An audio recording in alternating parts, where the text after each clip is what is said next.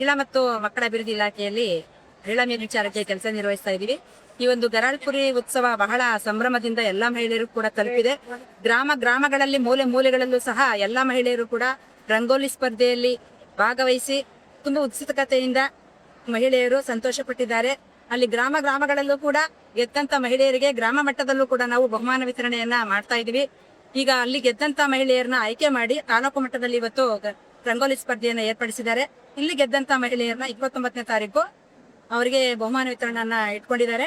ಇದು ತುಂಬಾ ಚೆನ್ನಾಗಿದೆ. ಗರಾಳ್ಪುರಿ ಉತ್ಸವ ನಮ್ಮ ಮಾನ್ಯ ಶಾಸಕರು ದರ್ಶನ್ ದ್ರೋಣ ಸರ್ ತುಂಬಾ ಚೆನ್ನಾಗಿ ಮಹಿಳೆಯರಿಗೆ ಉತ್ತೇಜನವನ್ನು ಕೊಡ್ತಾ ಇದ್ದಾರೆ.